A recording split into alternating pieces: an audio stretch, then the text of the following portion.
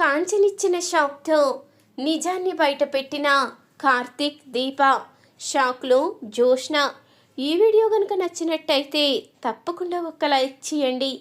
మీరిచ్చే ఒక్క చిన్న లైక్ మా ఛానల్కి ఎంతో మోటివేషన్ ఇస్తుంది. కాంచనైతే దీపను అపార్థం చేసుకుంటుంది. ఎందుకు నువ్వు ఇంత స్వార్థంగా ఆలోచిస్తున్నావు? ఎందుకు నువ్వు నా ఇంటి వారసుల్ని రాకుండా చెయ్యాలని చూస్తున్నావు? అంటే శౌర్యని చూడరన్న ఒకే ఒక ఉద్దేశంతోనే ఇంత స్వార్థంగా ఆలోచిస్తున్నావా? నిజం చెప్పు దీప, నిన్నే అడిగేది. కార్తీక్ ఎలాగో నిజం చెప్పడని అర్థమైంది. చెప్పే వాళ్ళని కూడా చెప్పనివ్వకుండా ఆపుతున్నాడు. అంటే మన్నయ్యకి కూడా నిజం తెలుసన్నమాట. మన్నయ్య నిజం చెప్తూ ఉంటే కార్తీక్ ఆపాడు అంటే ఖచ్చితంగా నాకు తెలియకుండా ఏదో జరుగుతుంది. మీరు ఏం నిర్ణయించుకున్నారో నాకు తెలియాలి అంటూ అనంగానే నేను చెప్తానమ్మా అంటూ కార్తీక్ అయితే అంటూ ఉంటాడు. నువ్వు ఆగు కార్తీక్, మధ్యలో నువ్వు మాట్లాడడానికి వీల్లేదు. ఇది దీపకి నాకు జరుగుతున్న సమస్య, మేమిద్దరం తేల్చుకుంటాము. నువ్వు మాత్రం మధ్యలోకి రావడానికే వీల్లేదు అంటూ కాంచన అయితే చెప్తూ ఉంటుంది. ఇప్పుడు చెప్పు దీప, నిజం చెప్పు. నువ్వు అబార్షన్ చేయించుకోవాలి అనుకుంటున్నావు కదా? నీ కడుపులో బిడ్డని వద్దు అనుకుంటున్నావు కదా? లేకపోతే నేను అడిగిన దానికి ఎప్పుడో మాటిచ్చేదానివి కదా? నీ కడుపులో బిడ్డ గురించి నేను ఎన్నిసార్లు అడిగినా నువ్వు సమాధానం చెప్పకపోగా మౌనంగా ఏడుస్తూనే ఉన్నావు. అప్పుడే నాకు అనుమానం వచ్చేది. కానీ ఏమో ఎందుకు ఇలా బాధపడుతున్నావో. ఒకవేళ ఈ సమయంలో ప్రతి ఆడపిల్ల తన తల్లి తండ్రి ఉంటే బాగుంటుందని ఎంతగానో ఆశపడుతుంది కదా. నీకు అదృష్టం లేక బాధపడుతున్నావేమో. ఒక తల్లి లేని పిల్లగా నాకు కూడా ఆ బాధ ఏంటో అర్థమవుతుంది కదా. అందుకని నిన్ను అర్థం చేసుకుని ఎప్పుడూ కూడా నిలదీయలేదు. కానీ ఈరోజు నిజం తెలిసిన తర్వాత నా మనసు ముక్కలైపోయింది. ఎందుకు నువ్వు ఇలా చేస్తున్నావో అర్థం కాక అసలు నాలో నేనే సతమతమైపోయాను. ఇప్పుడు కూడా ఈ విషయం ఎందుకు నలుగురిలో బయట పెట్టానో తెలుసా? రేపొద్దున్న రోజు ఎవరికీ తెలియకుండా నువ్వు అబోర్షన్ చేయించుకొని ఇబ్బంది పడడం నాకు ఇష్టం లేదు. ఇప్పుడే అసలు ఏం జరిగిందో నా మొహాన్ని నిజాన్ని బయట పెట్టండి అంటూ అనంగానే దీప అయితే ఏడుస్తూ ఉంటుంది తప్ప ఎలాంటి నిజాన్ని బయట పెట్టదు.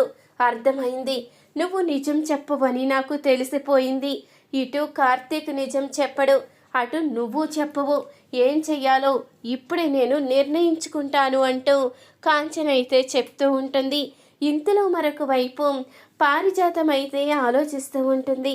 ఈ పాటికి అక్కడ పెద్ద గొడవే జరుగుంటుంది. కాంచన ఖచ్చితంగా దీపకి చివాట్లు పెట్టి ఉంటుంది.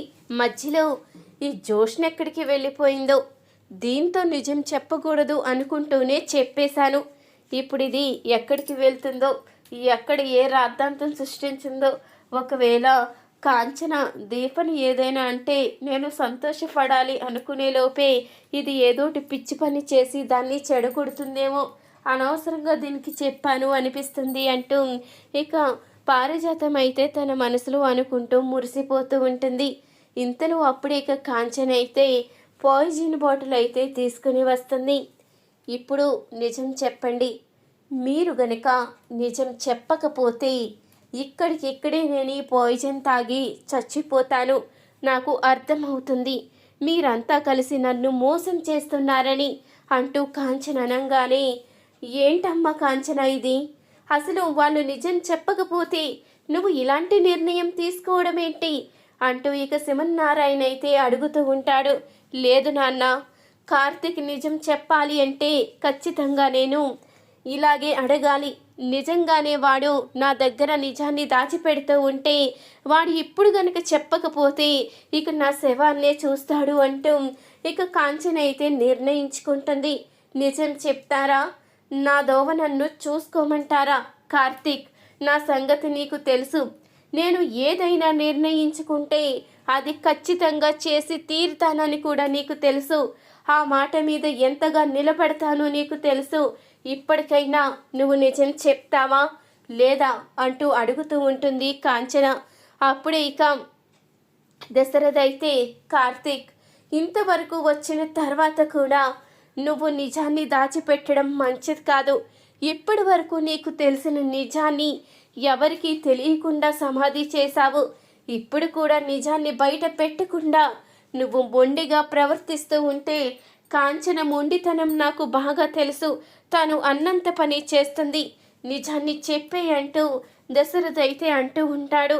లేదన్నయ్య, వాడు నిజం చెప్పడు, అలాగే దీప కూడా నోరు విప్పదు. ఇక ఎవరికి నేను అవసరం లేనప్పుడు నేనెందుకు బ్రతుకుండాలి? ఇప్పటి వరకు నా భర్త నన్ను మోసం చేసిన నా కొడుకు కోడలు నాకు అండగా ఉన్నారని ధీమాగా ఉన్నాను. కానీ ఇప్పుడు వీళ్ళిద్దరూ కూడా మోసం చేస్తున్నప్పుడు నేను ఎవరి కోసం బ్రతకాలి? నేను బ్రతకవలసిన అవసరమే లేదు అంటూ ఇక కాంచన అయితే పాయిజన్ తాగుబోతూ ఉండగా అప్పుడే కార్తిక్ దీప ఇద్దరూ కూడా పాయిజన్ బాటిల్ అయితే తీసుకుని కిందైతే పడేస్తారు. అమ్మా, నన్ను క్షమించు. నిన్ను బాధ పెట్టాలని నేను ఈ నిజాన్ని దాచిపెట్టలేదు. దీపను రక్షించడం కోసమే, సుమిత్ర అత్తయ్యకి ఏమీ కాకుండా ఉండడం కోసమే ఇదంతా దాచిపెట్టవలసి వచ్చింది.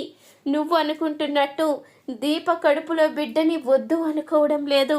అనుకోని పరిస్థితుల వల్ల ఆ బిడ్డను కాదు అనుకోవలసి వచ్చింది తప్ప తను ఎంతగా బాధపడుతుందో నీకేం తెలుసమ్మా అంటూ అడుగుతూ ఉంటాడు కార్తీక్. అయితే నేను కూడా అదే అడుగుతున్నాను. అనుకోని పరిస్థితులు అంటే ఏంటవి? ఇప్పుడు చెప్పు అంటూ ఇక అడుగుతూ ఉండగా అప్పుడు ఇక కార్తీక్ అయితే అది అంటూ ఆలోచిస్తూ ఉంటాడు. నిజం చెప్పరా, నా మీద ఒట్టు వేసి ఎలాంటి నిజాన్ని దాచిపెట్టకుండా చెప్పు అంటూ కాంచన అనేసరికి ఇక తప్పనిసరి పరిస్థితిలో నిజాన్ని అయితే బయట పెట్టేస్తాడు కార్తీక్. అత్తయ్యని బ్రతికించాలి అంటే అది ఒక్క దీప వల్లే అవుతుంది. ఎందుకంటే దీపే సుమిత్ర అత్తయ్య కన్న కూతురు.